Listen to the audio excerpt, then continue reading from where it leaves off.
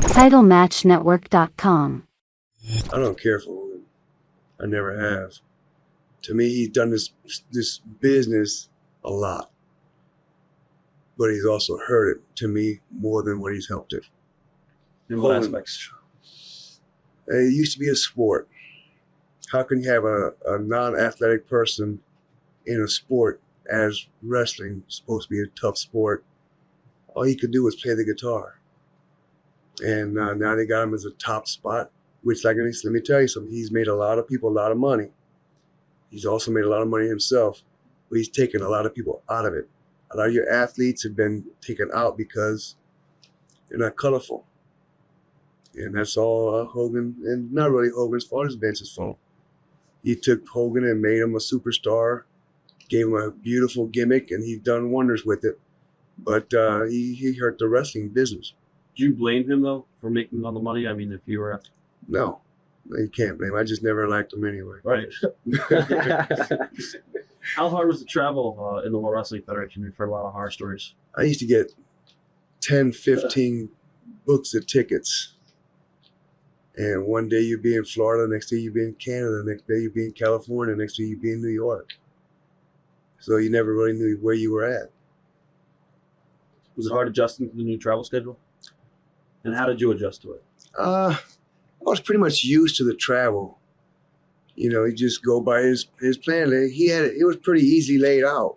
Vince had, I believe it was Terry Garvin, the travel agent, who had everything laid out. I mean, all you had to do was just be at the airport. The hardest part was finding a ride, because you had to hook up with somebody, and you had to be with somebody 2 or 3 days. You get a rent-a-car, and today you'd be with one guy, and the next day you'd be with somebody else. You didn't know, and so you try to set up everything on TV, because that's the only time you saw the whole crew. Who did you travel? I'll tell you what. One of the guys I used to travel with Barry Horowitz a little bit. Another good one was Tito Santana. Anytime we came up to the New York, New Jersey area, I hung out with Tito, and that was my opponent. Another one that nobody really traveled with, except for me, was Randy Savage. I made a few trips to Chicago with Randy. So he was pretty good. Why didn't people travel with him? Randy didn't want to travel with anybody. Randy knew the best way to make it there was stay by yourself, and he did.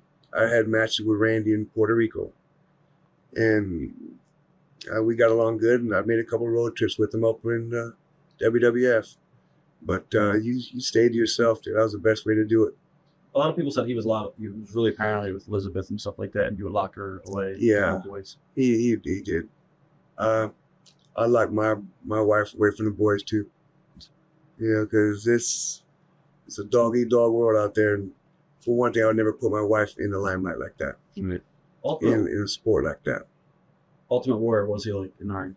Jim was a good guy. He couldn't do a whole bunch. That's why his matches with WWF were real short, because he couldn't do a whole bunch. When him and Sting teamed up together before they turned to the Ultimate Warrior, right? Was the Blade Hunters? Yeah, he was a weak link there as far as ability, but he looked like $1 million, and that's the push he got. Outside the ring, was he? Jim was a good guy. I liked Jim. Yeah. After, I guess, while you were there, who was your favorite guys to work with and played? My top 10, most of them were there, but most of them were from before. To me, the best of the best was Terry Taylor. As your heel, I call my own matches. When I worked with Terry, I called it, and I let him call it too. Terry had some beautiful spots. Terry was one heck of a worker. Terry, Tito Santana. Tito was all ears. Whatever you wanted to do, Tito was there, and he would do it. Tito trusted me, and I trusted Tito. I tore a cartilage in my knee in a match with Tito. I jumped out of the ring, and Vince had his mats about 3 inches away from the apron when I hit that corner and tore my cartilage in my knee. And I couldn't walk. I limped around, my knee. I was hollering. Tito threw me back in, worked my knee. We went home right then, never hurt me at all. So I liked Tito. I had good matches with Tito and Terry Taylor. Everybody else, I couldn't work with.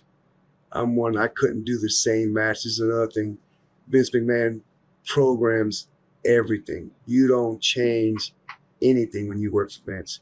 I couldn't do the same match 6 weeks in a row in different parts of the country. I couldn't do it. I'd get bored with it.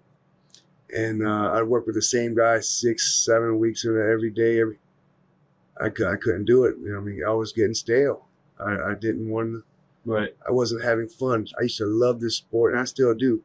But Vince, when I went to WWF, that pretty much killed me because everything was a routine. Don't change this, don't change that. Another thing with Vince, like I said, Vince never talked to anybody, but he had his agents.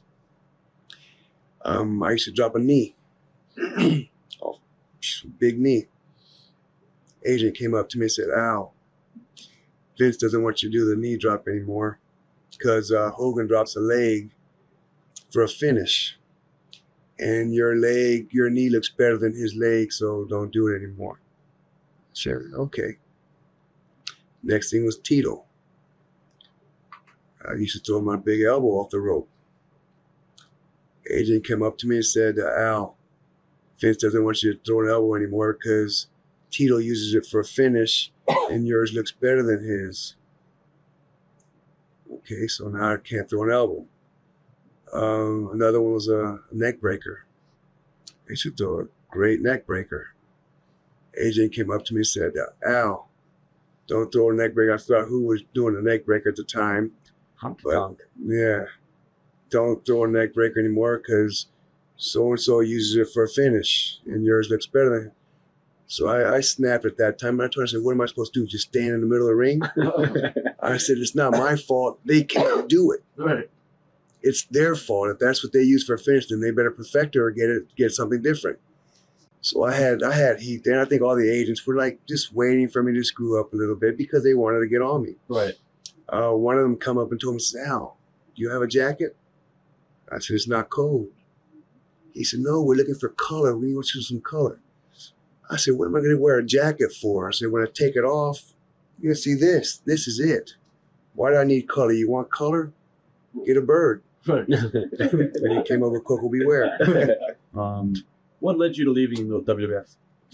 Well, after I had that conversation with Vince about putting the Ultimate Warrior up in a 5-second match, he should have taken me in there if he didn't have a spot for me. And the way I've always done business is if you bring me in, you use me. If you don't use me, they let me go the same way I came in, was clean. And after I told Vince, "You got the wrong guy," I think I lasted there about 2 more weeks. So I used up my book of tickets. And he pretty much said, "Al, well, we don't really need you." And I told him, I said, "Well, Vince, I don't really need to be here anyway." So that was pretty much it. What did you plan on doing at that point? I know Dusty was down in Florida. Yeah, Dusty was down in Florida. I was going to work Florida a little bit. And I was pretty much trying to get out of it. You know, I was going to do spot shows here and there, and I was going to do Japan.